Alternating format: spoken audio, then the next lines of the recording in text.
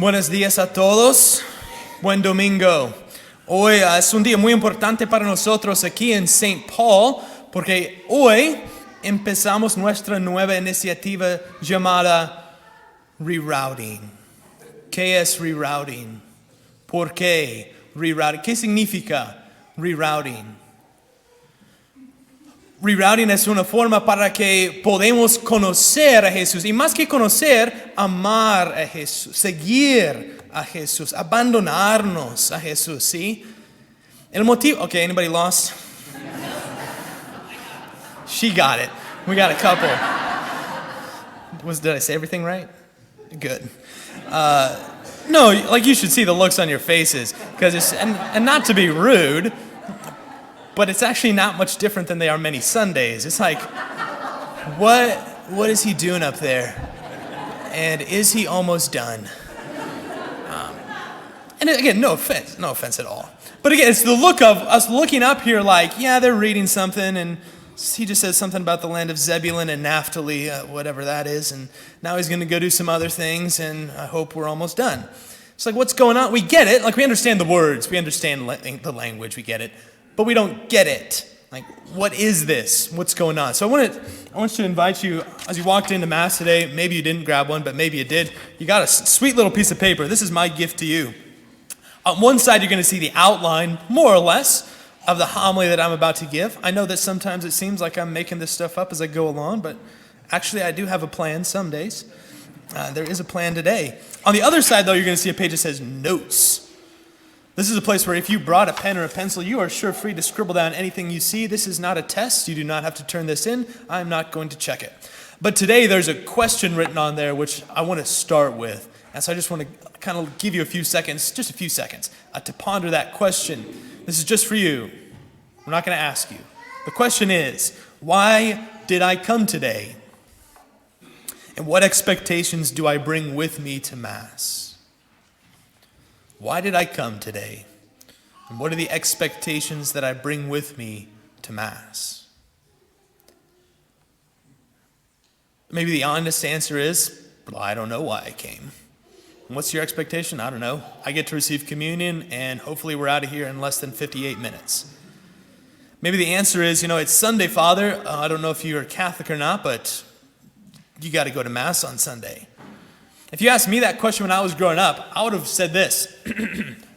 I guess because, I'm Catholic. That's what we do. We go to Mass on Sunday. Yeah, but why? Well, I don't know. I have no idea. How many of us have said this one? Mass? It's boring. I said it many times growing up, and not in the too distant past. Mass, boring. I don't get it. I don't get what's going on. It's a very common experience and we know that Mass isn't supposed to be entertaining. Like, we know that Mass isn't entertainment, obviously. But what is it supposed to be? Is it just one more thing, one more box that we're supposed to check off each week to call ourselves a good person? Just think about Mass itself. If you grew up Catholic, what we're doing here is a very familiar experience. Maybe even it's a comforting experience. But for 2 seconds, imagine that you didn't grow up Catholic. Many of you didn't, so this is easy for you. But imagine that you didn't grow up as a Catholic and put yourself in that position. Especially at weddings and funerals, when a lot of non-Catholics show up to Mass, they let me know, but you can see it on their faces too, they're lost. They have no idea what's going on. I've even had people in the back of weddings laughing at Mass. Not because they're being disrespectful. Maybe they were, but I'm going to assume the best in them. They weren't trying to be disrespectful. It's because they showed up to this Mass thing, and they look at it like, what is going on up here? Especially at the Eucharistic prayer, like when I'm over at the altar.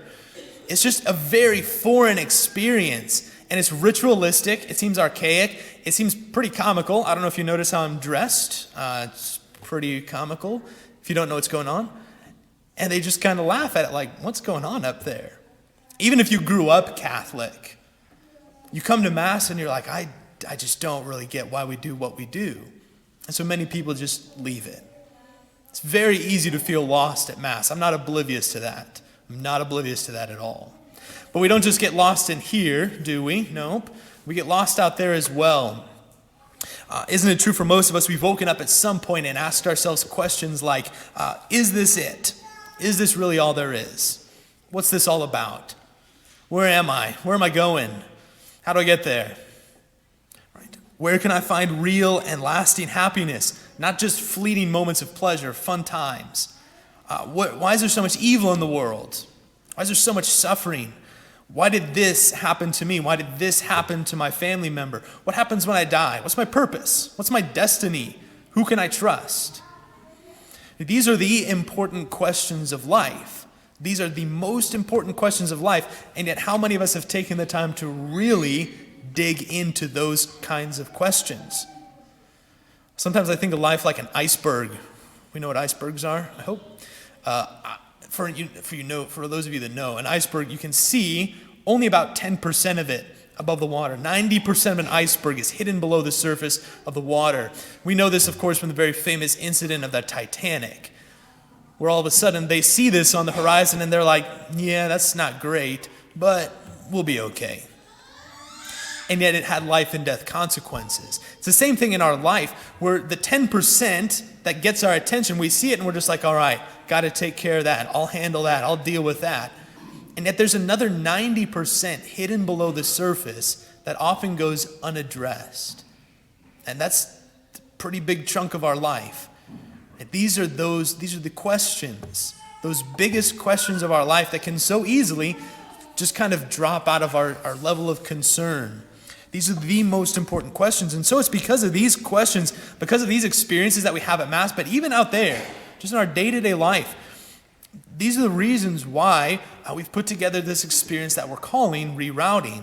It begins today, it goes on for the next 12 weeks. And during these weeks, we want us to really dive into those questions. Why? Because God gives answers to those kinds of questions. God tells us why we're here, where we're going, and how to get there. God has told us how to find lasting happiness, not just those fleeting moments of pleasure, some good times. God has explained to us how evil came into the world, but also what he's done about it. God has told us and explained to us our purpose, our destiny, why he made us. And most of all, God has revealed to us why we can trust him like no other. But to know the answers to these big questions, to dive into it, first and foremost, we have to know the story. The story, like the story that he's been writing since the beginning of time. Again, life, I have a lot of analogies for life. Life, it can sometimes seem like we just got dropped into the middle of a 3-hour movie. And we're just like, wait, what happened before I got here? What's going on? We just feel like, boom, dropped into the middle of it. And yet the story is given to us. We can know the story. And not only do we need to know the story, but we need to see ourselves and to understand ourselves as intricately and intimately bound up in that story. We're part of it. The story that God has been writing, we're part of it. That's the story of our lives. It's the story of every human life. Like, we're part of that incredible story that God has been crafting since the beginning. So in order to do this, in order to really immerse ourselves in the story, we're going to do this at Sunday Mass, obviously, duh, we've got the homily. But we're also going to do that during the week. And especially in my great hope is that hopefully in the context of a small group. Okay, so on Sunday at the homily, we'll dive into this story. It's going to be great. You'll get a cool little outline each week. It's going to be fun. But then on Monday, there's going to be a video that comes out that's a deeper dive into the topic from Sunday. 15, 20 minutes that you can watch to dive a little bit deeper into that topic. And with that, there will also be a small group discussion guide so that you can get together with a couple of your friends. Some of you have this built-in small group called your spouse. You can discuss it with your family and just dive into these questions. Why? It's because it's one thing to listen to something. It's a whole different thing to really sink your teeth into it, to take hold of it, or to discuss it, and to apply it to your personal experience in life. We all know what it's like to just kind of turn the TV on in the background, turn the radio on, and not really listen to anything. Same thing can happen easily if we just try to listen to things. We need to engage it, right? We need to kind of put ourselves in the driver's seat and really see how it connects to our own life and our own experience. And so that's what rerouting is. It's a guide to help us to do that. And many of you know I just got back from pilgrimage to the Holy Land. It was too long. It was too much time, but I'm back. And on pilgrimage, I'd been to Israel before. I spent 9 weeks there when I was in school. Like, I should know this place backwards and forwards. It's not a big country. And yet we still needed a guide. We had Patrick. Patrick grew up in Nazareth, which is just weird to think about. He grew up a couple of miles away from where Jesus grew up. But Patrick's from Nazareth. He knows the history. He knows the culture. He knows the land. He speaks Hebrew, Arabic, English, a little bit of Russian. So Patrick was a great guide for us. Helped keep us on the road, keep us on track. Fantastic. And yet on a pilgrimage, the one truly doing the work isn't Patrick. The one truly at work is God himself. God himself was working in our hearts, working on our minds, truly changing our lives. That's what this is meant to be. I'm not going to give you all the answers. I'm like your Patrick. I know a few things. I can help us get around some curves. And yet, if this is going to be anything, it's going to be because God himself is at work in your life, at work in your heart, at work in your minds. That's what the great hope is that this is simply a guide for you to engage God in a whole new way. The long-term goal then of rerouting is to really help us to be in sync with the universal church and with Bishop Kemi and his vision, his hope for the diocese. What's the big vision for the church these days? Pope Francis, Bishop Kemi, they said it real well. They want the church to be a missionary church. A church that goes out on mission to do the work that Christ has entrusted us to do. But if we're going to become a missionary church, we have to become a missionary diocese. And if we're going to become a missionary diocese, we have to become a missionary parish. And if we're going to become a missionary parish, we have to become missionaries ourselves. And if we're going to become missionaries ourselves, we've got to undergo some serious conversion. We have to become disciples, true disciples of Jesus, not just in name, not just by saying, yeah, I'm Catholic, but not just in name, but truly in fact. That we truly become disciples of Christ. That's why I think it's very providential that as we begin today, this very first day, the gospel that we're given is Jesus' first proclamation of the good news and his first calling of the disciples. That's where this fits into the big story. This is the very beginning of Jesus' work. He first proclaims the good news, which begins, strangely, with the word repent. I've told you before, repent, it doesn't mean stop doing bad things. It kind of does. But repent even more so means we need to change our way of thinking, change our way of seeing things. Jesus is coming onto the scene and he is going to change a lot. He's going to change a lot of the assumptions people have. And so he just straight up tells them, you're going to need to change the way that you think and the way that you see things. But then what does Jesus do? He immediately goes out and calls Peter and Andrew, James and John. He calls them to follow him, calls them by name, and he calls them to respond. This is a weird, when I was writing my homily, I was like, do I even need to say this? But I'll say it. It's always sometimes good just to say the obvious. When Jesus calls, and he calls people, he doesn't call them just so that they know that he knows their name. He calls people so that they will respond to that call. Each one of us has been called by name. Jesus calls us not just simply to know, oh, hey, thanks, Jesus. Thanks for knowing I exist. No, he calls us to respond with our life. Peter and Andrew, James and John, they drop everything. They make this man the number one priority of their life, and they begin to follow him. Jesus calls each one of us to begin to follow him in a radically new way. And that's where we begin today. So if I were to sum up the goals of rerouting, I would say it like this. The goal is to help those of us who have not yet made that decision to live our lives for another. That is to say, for those of us that have not yet made the decision to live our lives for Jesus himself, to begin to do so. And for those of us that have already made that decision, to surrender our lives ever more fully to him, to give our lives over to him ever more fully. Bishop Kemi says it this way, the goal that he has is that we would respond to Christ's call so as to become fully alive as missionary disciples. We'll talk about that later, way later. Right? But that to respond to Christ's call so as to become fully alive. I don't know if you know this. You can go crack open the Bible later today. Read through one of the Gospels. Mark is the shortest if you're looking for the short one. Jesus never once says, I want you guys to follow me so that you'll listen to whatever I say and go to Mass on Sunday. Jesus says, I've come that they might have life, and have life to the full.